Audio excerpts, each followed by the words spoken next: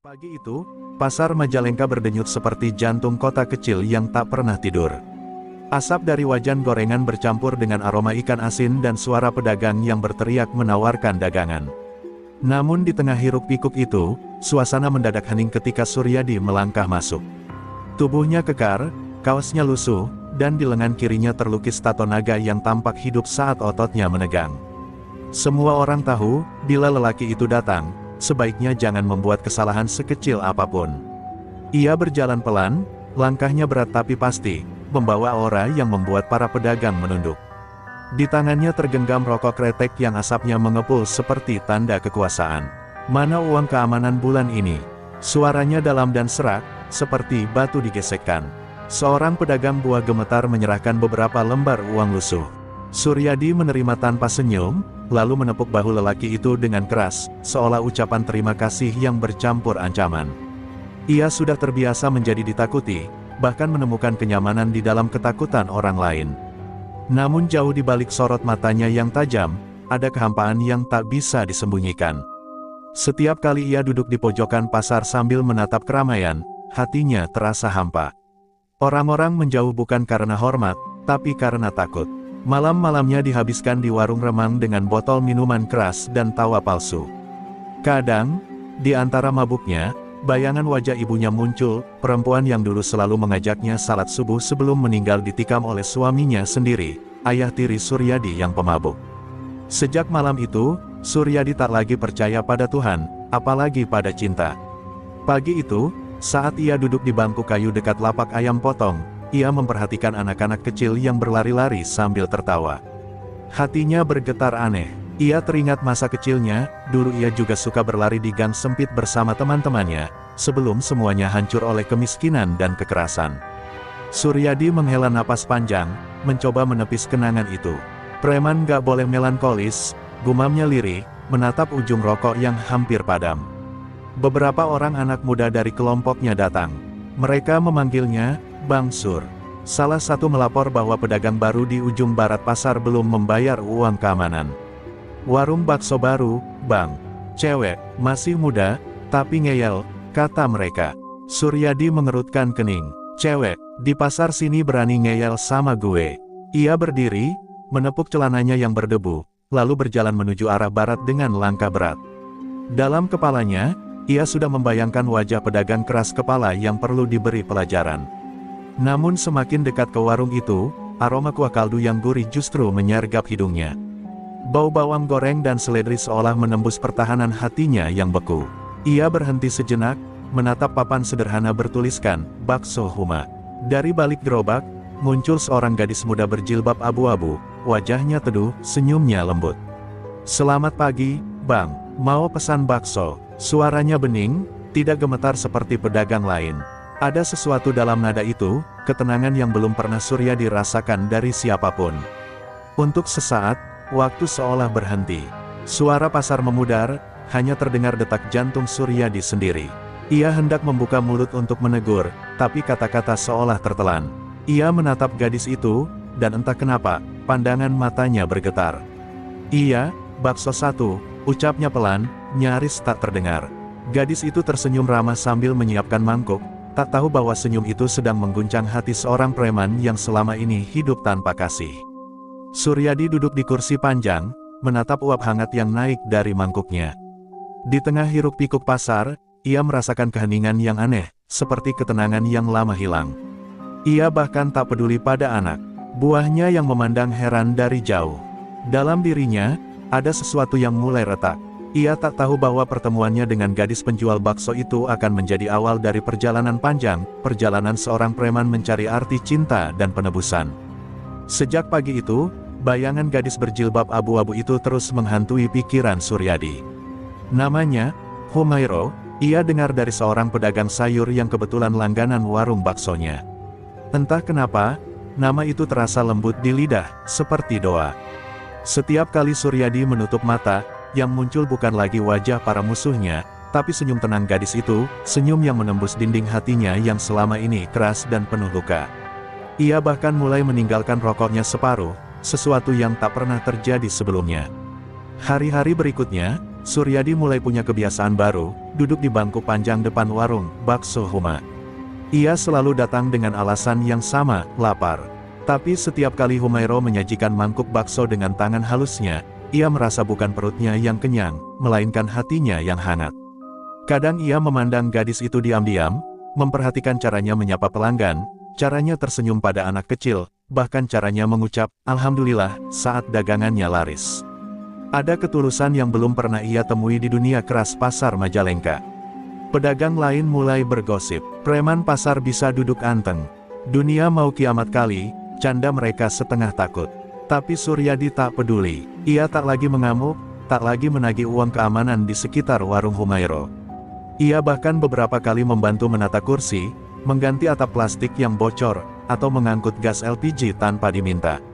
Humairo sempat bingung, lelaki itu dulu datang dengan tatapan garang, tapi kini selalu datang membawa senyum kikuk dan sapaan sopan.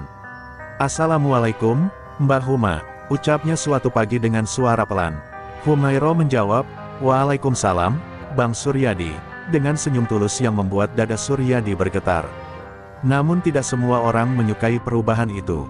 Anak buah Suryadi mulai resah. "Bang, abang jadi sering nongkrong di situ. Orang-orang mulai mikir kita lembek," kata salah satu dari mereka. Tapi Suryadi hanya menatapnya dingin, lalu berkata pelan, "Diam.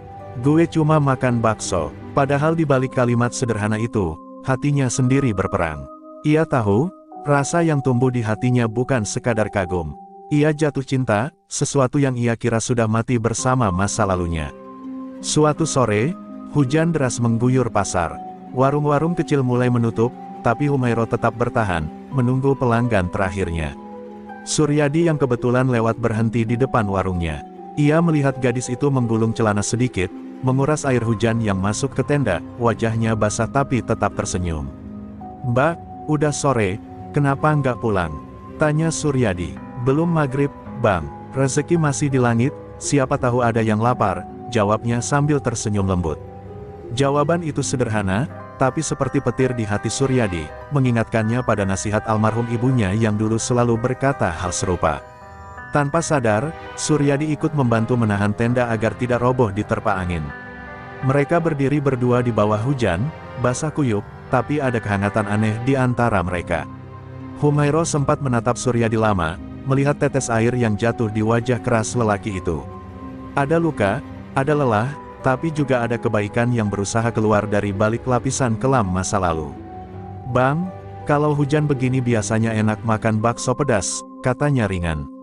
Suryadi tertawa kecil, tawa yang bahkan membuat dirinya kaget, karena sudah lama ia lupa rasanya tertawa tulus. Malam itu, setelah hujan reda, Suryadi duduk sendirian di pos ronda dekat pasar. Ia menatap ke langit, memikirkan pertemuannya dengan Humairo. Kenapa harus dia? Gumamnya pelan. Ia tahu, gadis sebaik itu tak pantas untuk lelaki seburuk dirinya. Tapi setiap kali ia mencoba menjauh, hatinya justru menjerit. Ia bahkan mulai berdoa, sesuatu yang sudah bertahun-tahun tak ia lakukan. Dengan tangan gemetar, ia mengucap pelan, "Tuhan, kalau dia bukan buat aku, tolong jangan hilangkan dia dari pandanganku." Sementara itu, di warung kecilnya, Humairo juga termenung. Ia tahu siapa Suryadi, dan tahu reputasinya di pasar. Tapi entah mengapa, ada sesuatu dalam tatapan lelaki itu yang berbeda, bukan ancaman, melainkan luka yang minta disembuhkan. Dalam doanya malam itu, Humairo memohon, "Ya Allah, jika Engkau izinkan, jadikan aku jalan untuk seseorang menemukan cahayamu." Dan malam Majalengka yang sunyi itu menjadi saksi, dua hati dari dunia berbeda mulai saling mencari dalam diam. Sejak malam hujan itu, hidup Suryadi tak lagi sama. Ia tak bisa tidur nyenyak tanpa membayangkan wajah Humairo. Setiap pagi, ia menatap bayangan dirinya di kaca rongsokan di rumah sempitnya, wajah keras, mata sayu, dan bekas luka di pelipis yang seolah menjadi pengingat betapa kotor masa lalunya. Ia mencoba meyakinkan diri bahwa gadis seperti Humairo tak mungkin menyukai orang seperti dia. Namun semakin ia menolak perasaan itu, semakin hatinya bergejolak. Seperti bara dalam sekam, cinta itu membakar pelan-pelan tanpa bisa dipadamkan. Di pasar, Suryadi mulai berubah. Ia tak lagi menagih uang keamanan seperti dulu. Ia bahkan beberapa kali menolong pedagang tua menata dagangan atau mengusir pencopet kecil. Orang-orang pasar bingung. Bang Sur kok sekarang baik? Ya, bisik mereka. Tapi ada juga yang sinis, paling demi si penjual bakso itu.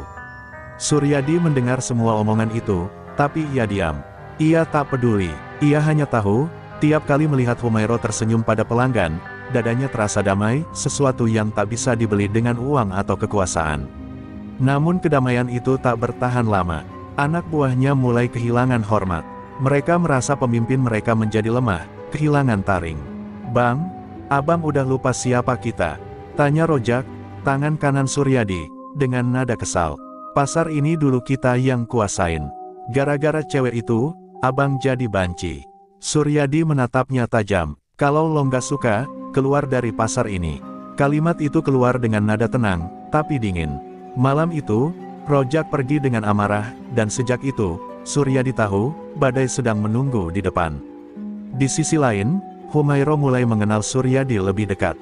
Suatu sore, ia melihat Suryadi menolong seorang nenek yang hampir tertabrak becak. Lelaki itu menuntun nenek itu sampai ke ujung jalan tanpa berkata apa-apa.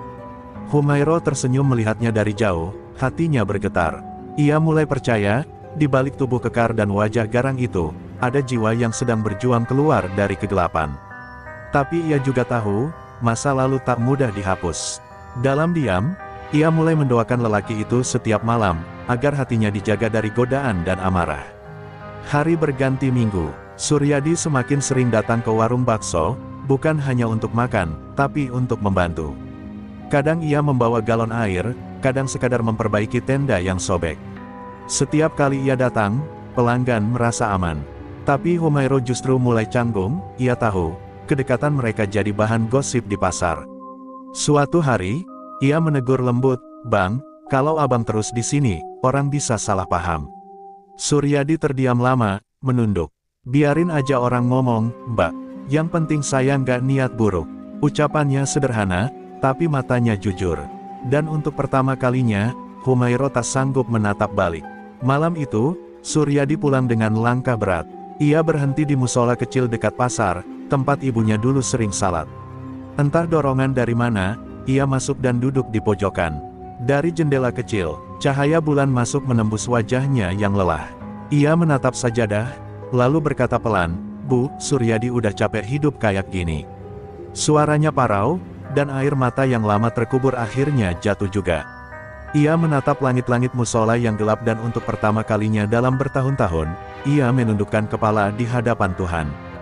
Keesokan paginya, ia mendapati dirinya lebih tenang. Namun ketenangan itu berumur pendek. Saat ia tiba di pasar, beberapa pedagang berbisik panik, warung Humairo dilempari batu semalam oleh orang tak dikenal. Suryadi berlari secepat yang ia bisa. Ketika tiba, ia mendapati papan warung retak, kursi terbalik, dan Humairo sedang menyapu pecahan kaca dengan mata sembab.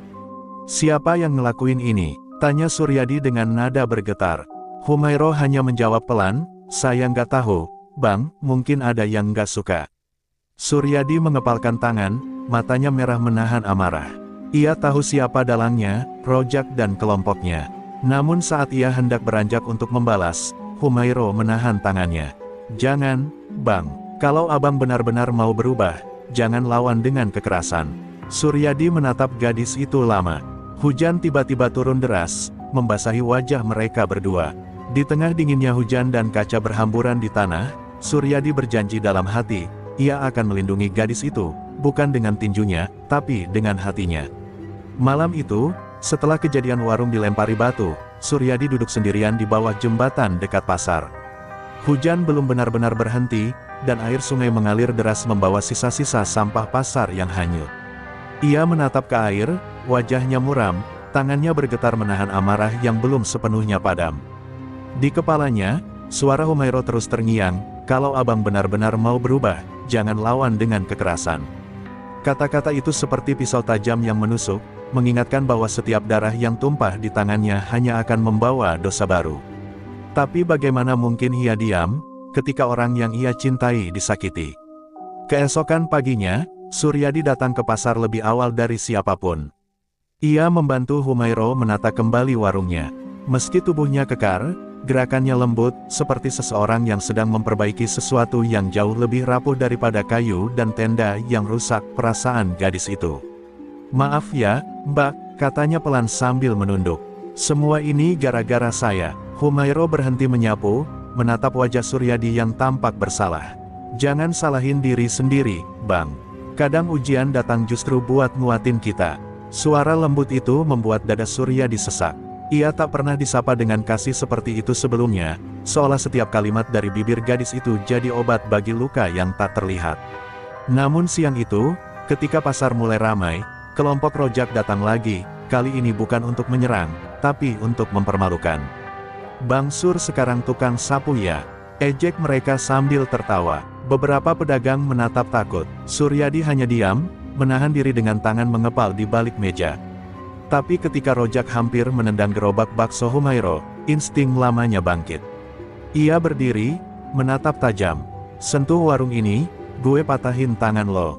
Suaranya rendah tapi bergetar. Rojak mundur setapak, menatap Suryadi dengan marah. "Abang udah lupa siapa kita?" teriaknya. Namun sebelum pertengkaran pecah, Humairo menatap keduanya dan berkata pelan, "Cukup, Bang. Jangan tambah dosa." Suaranya tenang, tapi membuat keduanya terdiam. Setelah mereka pergi, Humairo memandang Suryadi dalam-dalam. "Abang selalu marah untuk hal yang benar, tapi caranya yang salah," ucapnya lembut. "Kalau abang mau lindungi saya, lindungilah dengan sabar."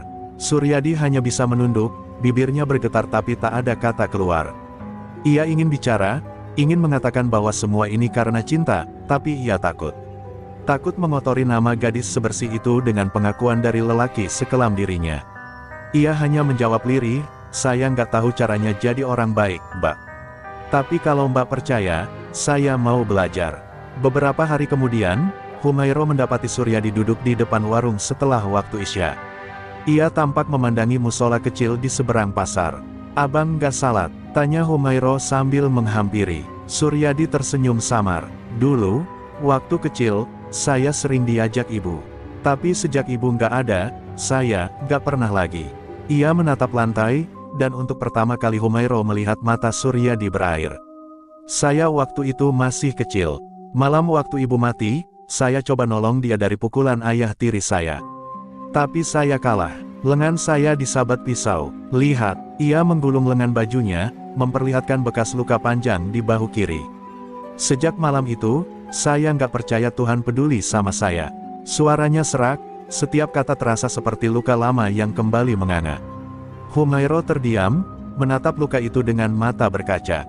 Ia tahu luka itu bukan sekadar bekas sayatan, itu bekas dari jiwa yang retak. Dengan suara lirih ia berkata, "Tuhan nggak pernah ninggalin, Bang. Cuma kadang kita yang pergi terlalu jauh, sampai lupa jalan pulang." Kata-kata itu sederhana, tapi bagi Suryadi terasa seperti air di padang pasir. Malam itu mereka berbicara lama, di bawah lampu jalan yang temaram, tentang kehilangan, tentang masa lalu, dan tentang harapan kecil untuk mulai lagi dari awal.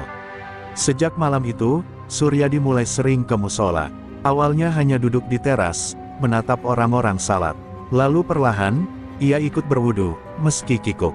Saat keningnya menyentuh sajadah untuk pertama kalinya setelah bertahun-tahun, air matanya menetes tanpa bisa ditahan. Ia tak tahu apakah Tuhan mendengarnya, tapi untuk pertama kali dalam hidupnya, ia merasa tidak sendirian. Di luar musola, Humairo melihat dari jauh, tersenyum dengan mata berkaca. Ia tahu, lelaki itu sedang menemukan jalannya pulang. Dan di malam yang tenang itu, di pasar yang mulai sepi, angin membawa aroma kuah bakso dan wangi tanah basah. Di tengah kesunyian, dua hati yang berbeda dunia sedang disatukan oleh sesuatu yang lebih dalam dari cinta, oleh harapan dan cahaya. Tapi mereka belum tahu, jalan menuju kebaikan tak pernah mudah. Karena setiap langkah menuju cahaya selalu dibayangi oleh gelap masa lalu yang tak mau pergi begitu saja. Hari-hari setelah malam itu terasa berbeda bagi Suryadi. Setiap langkahnya ke pasar kini diiringi dengan perasaan yang tak pernah ia kenal sebelumnya, tenang.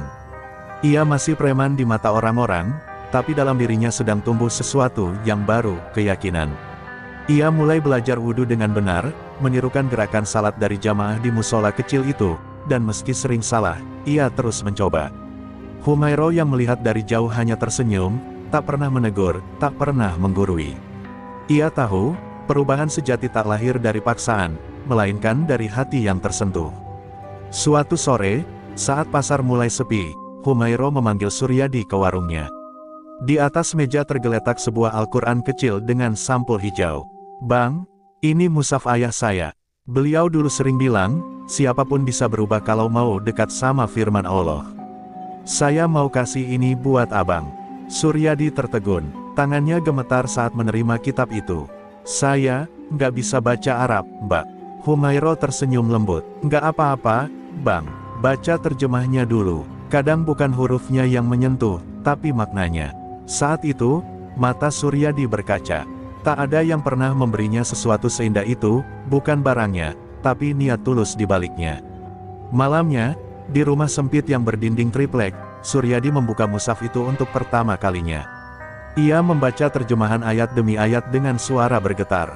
Ketika sampai pada kalimat, "Sesungguhnya Allah tidak akan mengubah nasib suatu kaum, hingga mereka mengubah apa yang ada pada diri mereka sendiri," air matanya jatuh. Ia menutup wajahnya dengan tangan, menahan sesak di dada. "Ya Tuhan, saya nggak pantas, tapi tolong, ajarin saya berubah," bisiknya lirih. Dan malam itu, untuk pertama kalinya, ia bersujud tanpa takut, bukan karena ingin sesuatu, tapi karena ingin kembali menjadi manusia. Namun perubahan tidak datang tanpa ujian. Beberapa preman lain mulai mencibir. "Bang Sur sekarang Ustasia," ejek mereka sambil tertawa. Suryadi hanya tersenyum. Dulu, ejekan seperti itu akan ia balas dengan pukulan. Tapi kini, ia hanya menunduk. Ia sadar, kemarahan hanya akan menjerumuskannya lagi ke jurang yang sama. Tapi yang paling sulit bukan menghadapi ejekan orang lain, melainkan menghadapi dirinya sendiri. Di dalam hati kecilnya, masih ada bisikan masa lalu yang berkata, "Lo nggak pantas dapat ampunan." Dan setiap kali bisikan itu muncul, Suryadi menggenggam mushaf pemberian Humairo, seperti anak kecil yang takut kehilangan pegangan. Sementara itu, Humairo terus mendoakannya dalam setiap sujud malamnya. Di bawah cahaya lampu minyak, ia menangis dalam diam, memohon agar lelaki itu kuat menempuh jalannya. Ia tahu, perjalanan tobat bukanlah jalan lurus, penuh duri, penuh ujian.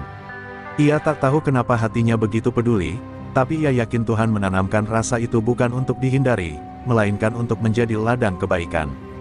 Dalam doa panjangnya, ia berucap lirih, "Ya Allah, kalau Engkau kehendaki, jadikan hati keras itu lembut karena cintamu, bukan karena aku." Suatu pagi, Suryadi datang ke warung dengan wajah cerah. Ia membantu mengangkat bahan dagangan tanpa diminta. "Mbak, saya mau bantu apa aja yang bisa," katanya sambil tersenyum. Humairo menatapnya sebentar, lalu berkata, "Bantuin saya jaga hati, Bang. Biar tetap bersih." Suryadi tertawa kecil, meski dalam hatinya kalimat itu seperti petir lembut yang menyadarkannya, cinta bukan hanya tentang memiliki, tapi tentang menjaga. Ia mulai memahami, mungkin Tuhan mengirim Humairo bukan untuk menjadi miliknya, tapi untuk menjadi cermin yang memantulkan cahaya kebaikan ke dalam hidupnya. Hari demi hari, pasar Majalengka seperti berubah. Orang-orang mulai melihat Suryadi berbeda. Ia membantu pedagang, menolak uang, keamanan, bahkan menegur anak-anak muda agar salat di musola. Tapi di balik semua itu, ia tahu satu hal, semua kekuatannya bersumber dari doa gadis yang setiap hari tersenyum kepadanya dari balik gerobak bakso. Senyum yang mengajarinya arti sabar, arti cinta, dan arti pulang ke jalan Tuhan.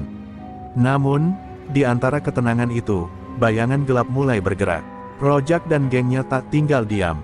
Mereka merasa kehilangan pengaruh, merasa terhina karena Suryadi dianggap berkhianat. Di sudut gelap pasar, mereka berbisik dan menyusun rencana. "Kalau dia udah lupa dunia lama, kita ingetin lagi siapa dia sebenarnya," kata Rojak dengan mata menyala.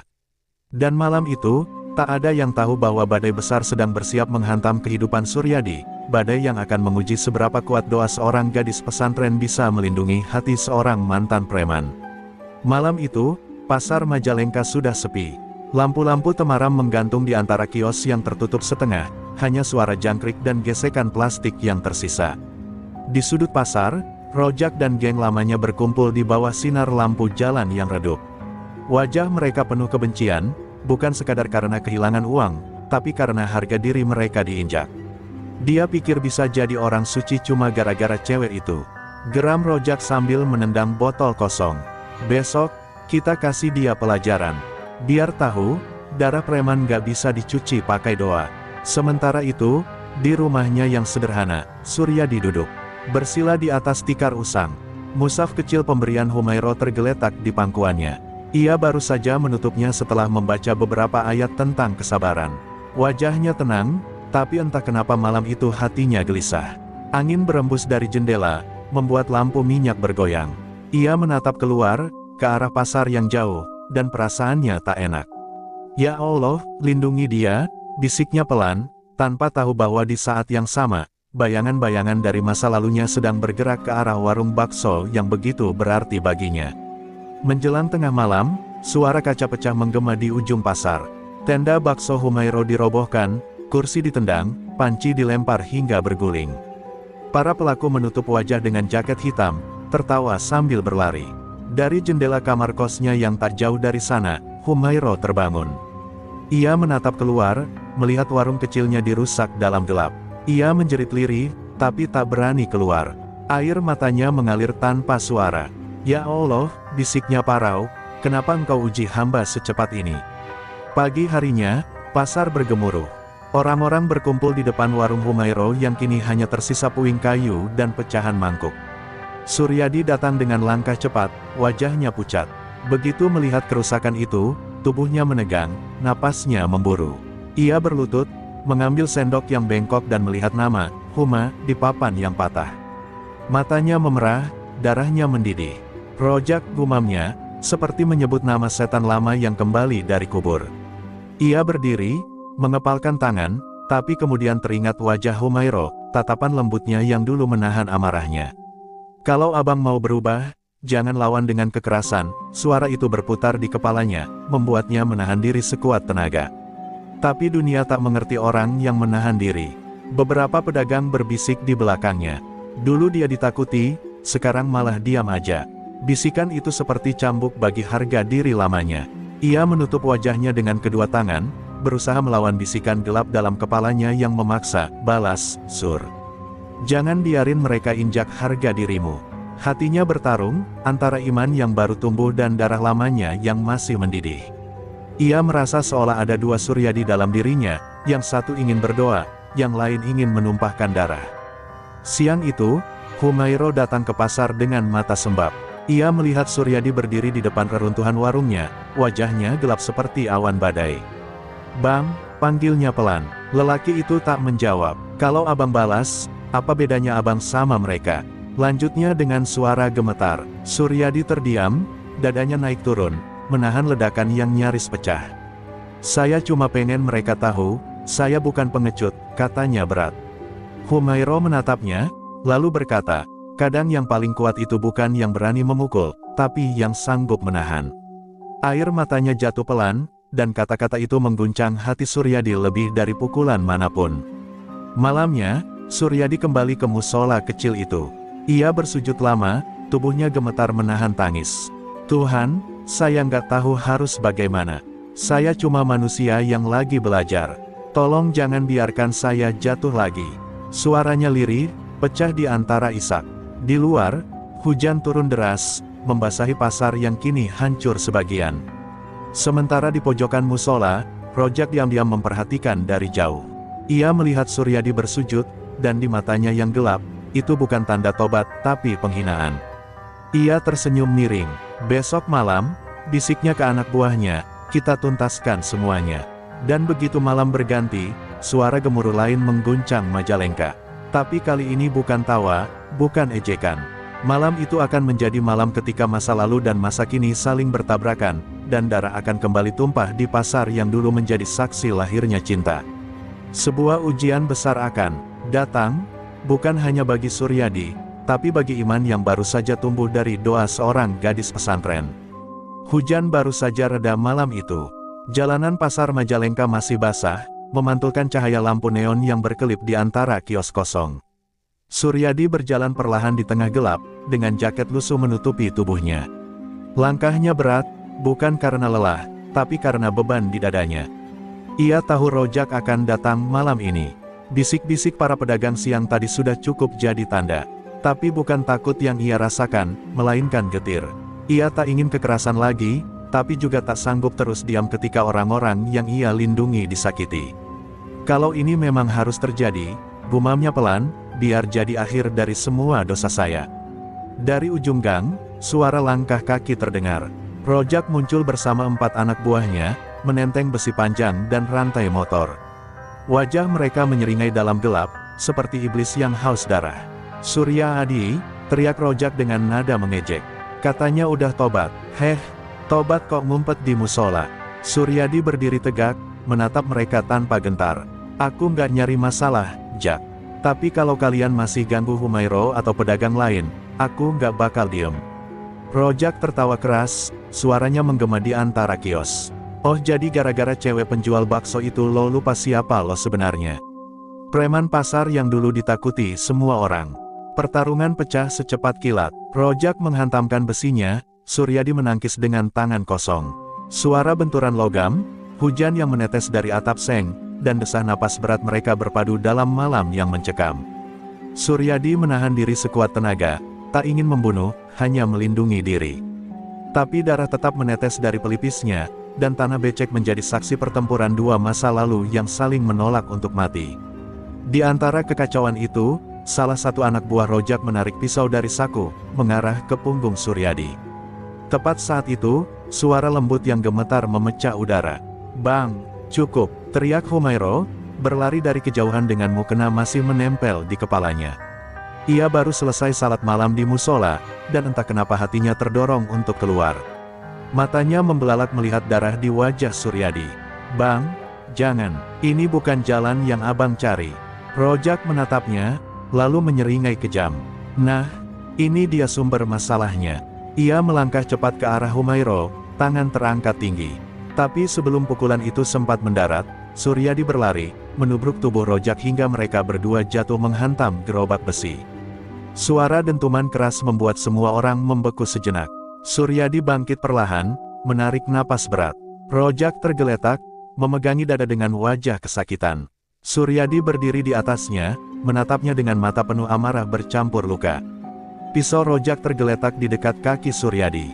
Dalam hitungan detik, godaan lama kembali menggoda, habisi dia. Sekali ini saja, tangannya gemetar, jari-jarinya hampir meraih gagang pisau itu. Tapi di balik semua suara bising, terdengar suara Humairo menangis. "Bang, jangan bunuh dia. Abang udah menang kalau bisa nahan diri." Kalimat itu menusuk lebih dalam dari luka manapun. Suryadi menjatuhkan pisau itu, lalu menunduk.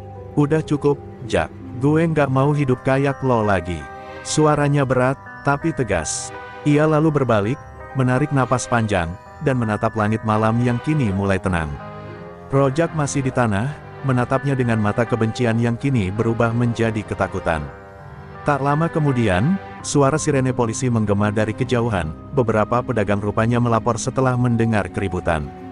Rojak dan anak buahnya kabur terbirit-birit, meninggalkan pasar yang berantakan dan 2 jiwa yang masih berdiri dalam hening. Humairo berlari mendekat, menahan tangis sambil membersihkan darah di wajah. Suryadi dengan sapu tangan putih. "Abang luka," katanya lirih. Suryadi hanya tersenyum samar. "Luka itu nggak seberapa, Mbak. Yang penting saya nggak jatuh lagi ke jurang yang sama." Ia menatap Humairo, dan di matanya ada sesuatu yang belum pernah terlihat sebelumnya, damai. Hujan kecil kembali turun, menetes pelan di antara mereka, seolah langit sendiri ikut menenangkan malam yang baru saja berlumur amarah. Di kejauhan, lampu musola kecil itu masih menyala, menjadi satu-satunya cahaya di tengah gelap pasar Majalengka.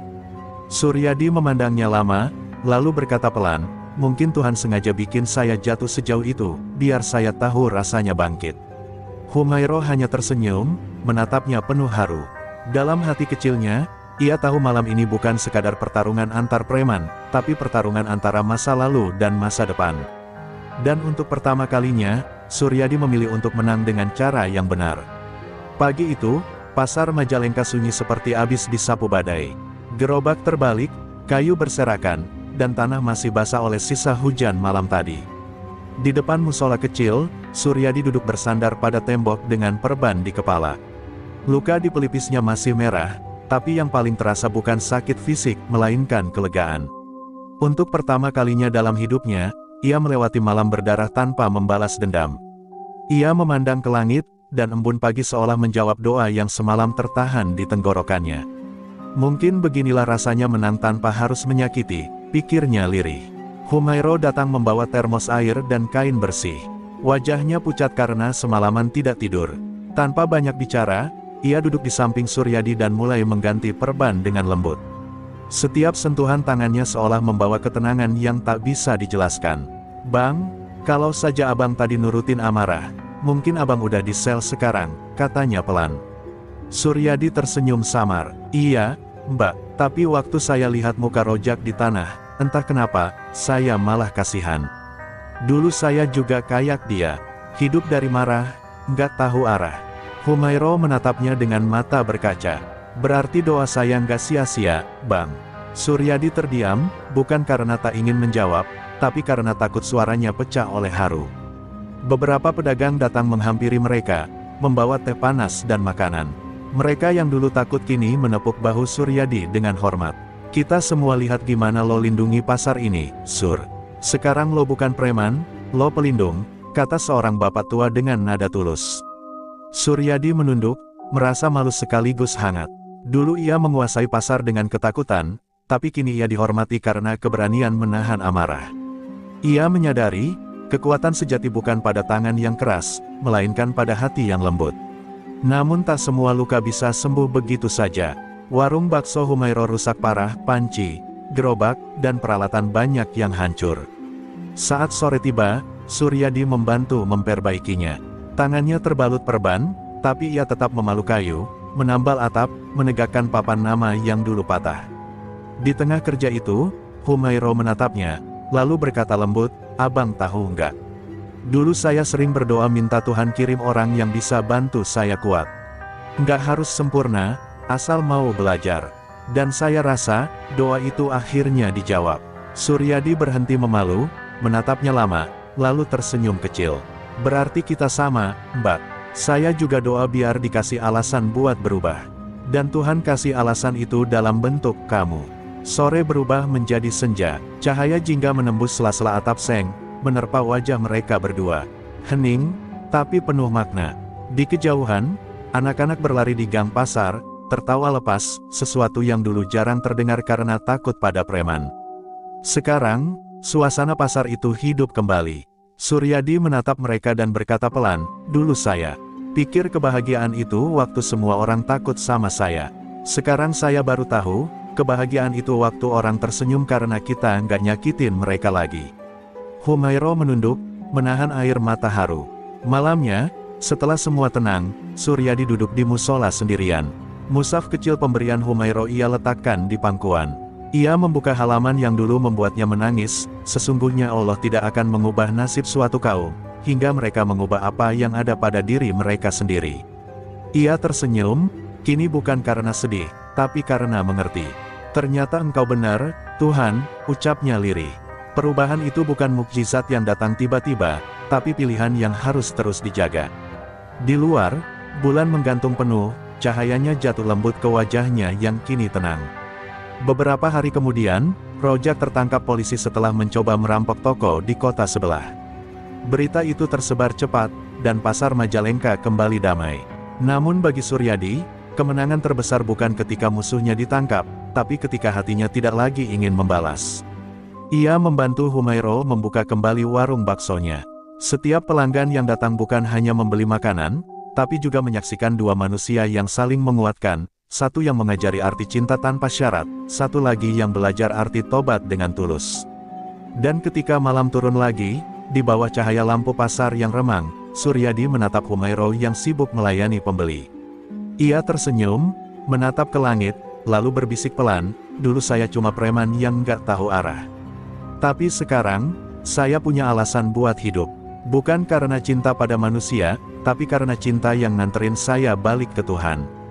Dan di antara hiruk-pikuk pasar itu, terdengar sayup azan Isya. Suryadi berdiri, mengambil air wudhu, dan untuk pertama kalinya, langkahnya menuju musola terasa ringan, seolah semua dosa masa lalunya sudah luruh bersama air wudhu yang menetes di tanah Majalengka. Beberapa bulan telah berlalu sejak malam kelam itu. Pasar Majalengka kini hidup kembali. Warung bakso Humairo selalu ramai, dan Suryadi tak lagi dikenal sebagai preman, melainkan sebagai abang penjaga pasar. Ia membantu pedagang, ikut kerja bakti, bahkan menjadi pengurus musola. Namun di balik semua senyum dan sapaan hangat, ada sesuatu yang perlahan tumbuh di hatinya, perasaan halus yang ia coba sembunyikan. Setiap kali melihat Humairah tersenyum pada pelanggan, ada desir hangat yang tak bisa ia jelaskan. Ia takut, bukan pada cintanya, tapi pada kemungkinan bahwa cintanya bisa merusak kesucian yang sudah mereka bangun bersama. Suatu sore, seorang pria datang ke warung Humairah. Ia tampak sopan, mengenakan kemeja putih dan peci hitam. Namanya Fahri, alumni pesantren yang dulu satu angkatan dengan Humairah. Kini ia menjadi guru ngaji di kota. "Humairah, lama banget nggak ketemu," katanya ramah. "Saya dengar warung kamu ramai, makanya mampir sekalian silaturahmi." Humairah menyambutnya dengan senyum tulus. "Mas Fahri, nggak ngangka masih ingat saya." Di sudut warung, Suryadi melihat pemandangan itu sambil diam. Ada sesuatu di dadanya yang menegang, bukan marah, tapi rasa kehilangan yang tak beralasan. Hari-hari berikutnya, Fahri sering datang. Kadang membantu Humairah menulis menu baru, kadang hanya ngobrol tentang rencana membuka tempat makan yang lebih besar. Pedagang lain mulai berbisik, kayaknya cocok tuh mereka, sama-sama alim. Suryadi mendengarnya, dan dadanya terasa sesak. Malamnya, ia duduk di musola sendirian, menatap mushaf kecil yang dulu diberikan Humairah. "Tuhan, kalau memang dia bukan untuk saya, tolong kuatkan saya buat ikhlas. Jangan sampai cinta ini bikin saya jatuh lagi," ucapnya dengan suara bergetar. Tapi semakin ia berdoa, semakin besar pula rasa yang tumbuh di dalam hatinya. Suatu malam, ketika pasar sepi, Suryadi melihat Humairah berjalan bersama Fahri menuju musola. Mereka tertawa kecil, berbagi cerita. Di kejauhan, Suryadi memperhatikan tanpa mendekat. Dalam dirinya berkecamuk antara bahagia dan hancur. Ia tahu, Fahri adalah lelaki baik, jauh lebih pantas bagi gadis sebaik Humairah. Tapi bagian kecil di dalam dirinya menolak. "Kenapa harus dia, Tuhan? Kenapa bukan saya yang udah berusaha berubah?" Gumamnya lirih, sementara matanya basah tanpa sadar. Malam itu ia pulang tanpa semangat, dan untuk pertama kalinya setelah lama, musola terasa sepi tanpa kehadiran Humairah di hatinya. Keesokan paginya, kabar mengejutkan tersebar di pasar. Ada pencuri yang tertangkap di rumah salah satu pedagang, dan orang itu menuduh Suryadi sebagai dalangnya. Tuduhan itu datang tiba-tiba, tanpa bukti jelas, tapi gosip menyebar cepat. Katanya dia masih preman, cuma pura-pura tobat, bisik seseorang. Wajah Suryadi memucat, bukan karena takut, tapi karena kecewa. Semua yang ia bangun, kepercayaan, nama baik, rasa damai, runtuh seketika oleh fitnah. Humairah yang mendengar kabar itu segera berlari ke pasar. Ia menemukan Suryadi duduk di tangga musola, wajahnya menunduk. "Bang, saya tahu abang gak mungkin ngelakuin itu," katanya dengan tegas. Tapi Suryadi hanya tersenyum lemah. "Kadang, Mbak, dosa lama datang bukan buat ngingetin orang lain, tapi buat nguji, apa kita benar-benar udah bersih." Malamnya, polisi datang membawa surat panggilan. Suryadi dibawa ke kantor untuk dimintai keterangan. Orang-orang pasar menatapnya dengan tatapan curiga. Hanya Humairah yang berlari di belakangnya, memegang tasnya sambil berteriak, "Saya percaya abang gak salah." Tapi suara itu tenggelam di antara sirene mobil polisi. Di balik jendela kendaraan, Suryadi menatap langit Majalengka yang gelap, dan hatinya berkata lirih, mungkin ini bukan hukuman, tapi ujian. Dan setiap ujian pasti ada cahaya di ujungnya. Di dalam sel sempit, Suryadi bersandar pada dinding dingin. Ia menutup mata, mengingat semua yang telah ia lalui, darah, air mata, doa, dan senyum Humairah. Ia tahu jalan menuju kebaikan tak pernah mulus. Ia pernah berpikir tobat adalah akhir perjalanan, tapi kini ia paham, tobat hanyalah pintu pertama, dan setelahnya masih ada ribuan langkah untuk membuktikan ketulusan. "Kalau memang engkau mau nguji saya, Tuhan," ucapnya pelan, "tolong jangan ambil kekuatan saya buat tetap jadi orang baik." Dan di luar sana, Humairah menangis dalam sujud malamnya, berdoa agar Tuhan menyingkap kebenaran dan menjaga hati lelaki yang kini menjadi bagian dari setiap doa yang ia panjatkan. Hari demi hari berlalu di balik jeruji besi. Suryadi menjalani waktu dengan diam, tapi bukan pasrah. Ia menggunakan setiap detik untuk berdoa dan merenung. Ia tahu, kali ini bukan tubuhnya yang sedang terkurung, melainkan ketabahannya yang sedang diuji. Beberapa tahanan lain mencoba menggodanya, menyindir masa lalunya yang kelam. Tapi Suryadi hanya tersenyum, mengingat kata-kata Humairah, yang kuat bukan yang melawan, tapi yang mampu menahan. Malam-malam di sel itu dingin, tapi ia menemukan hangat dalam zikir dan doa. Dalam sujudnya yang panjang, ia berkata lirih, "Ya Allah, kalau memang ini jalan penebusan saya terima dengan lapang dada." Sementara itu, di luar, Humairah tak tinggal diam. Dengan bantuan beberapa pedagang dan bahkan Fahri, ia mencari bukti bahwa Suryadi tidak bersalah. Ia datang ke rumah para saksi, bertanya, menelusuri celah-celah kebenaran. Suatu sore, seorang anak kecil pedagang sayur mengaku melihat sesuatu malam kejadian. "Aku lihat si Randi yang ambil uang itu, bukan Bang Sur," katanya polos. Humairah langsung memeluk anak itu dengan air mata mengalir. Randi, anak buah Rojak yang dulu sering ikut membuat kekacauan, ternyata mencoba mencuri dan menuduh Suryadi untuk menutup jejaknya. Bukti itu dibawa Humairah ke kantor polisi bersama Fahri, berharap bisa mengembalikan nama baik lelaki yang kini dituduh tanpa salah. Keesokan harinya, petugas datang ke sel tempat Suryadi ditahan. "Ada kabar baik, Sur.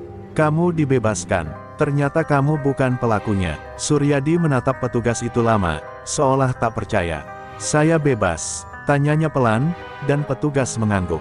Mata Suryadi memanas, bukan karena senang semata, tapi karena terharu, ternyata masih ada keadilan untuk orang yang berusaha berubah. Ketika pintu sel terbuka, ia melangkah keluar perlahan, menghirup udara sore yang segar seolah pertama kalinya ia menghirup kebebasan yang sejati, bukan sekadar keluar dari jeruji, tapi dari belenggu masa lalunya. Di depan kantor polisi, Humairah menunggu dengan mata sembab.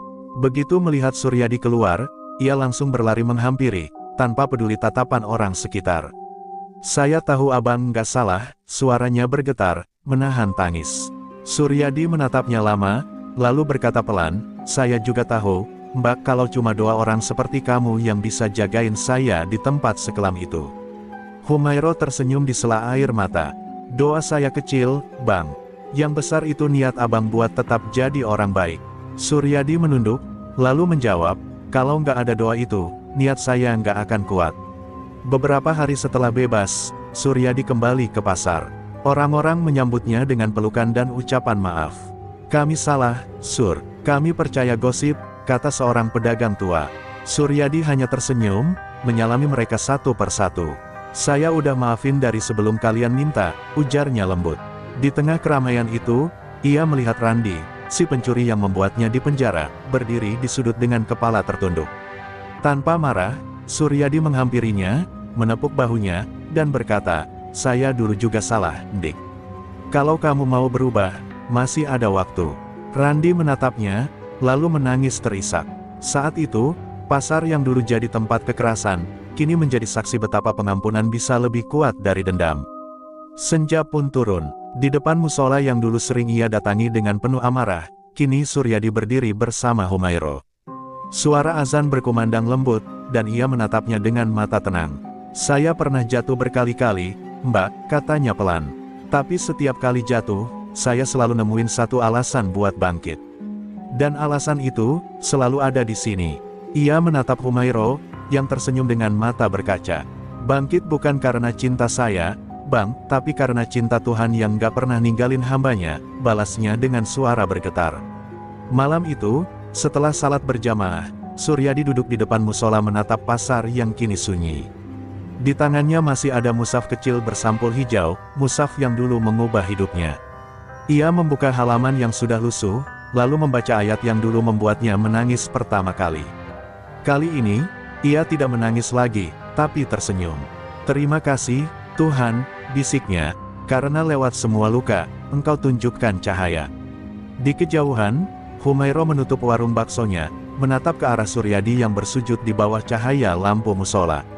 Ia tahu, lelaki itu bukan lagi preman pasar, tapi manusia yang telah disucikan oleh waktu, air mata, dan doa. Dan begitulah, di tengah kesederhanaan pasar Majalengka, 2 jiwa yang dulu terpisah oleh dunia yang berbeda kini dipersatukan oleh jalan yang sama, jalan menuju Tuhan.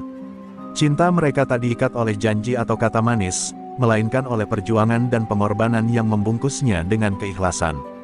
Malam itu, Angin berhembus lembut membawa aroma bakso dan doa, saksi bisu bahwa kadang, kisah cinta paling indah bukan yang berakhir dengan pelukan, tapi yang meninggalkan jejak suci di hati dua manusia yang saling menuntun menuju cahaya.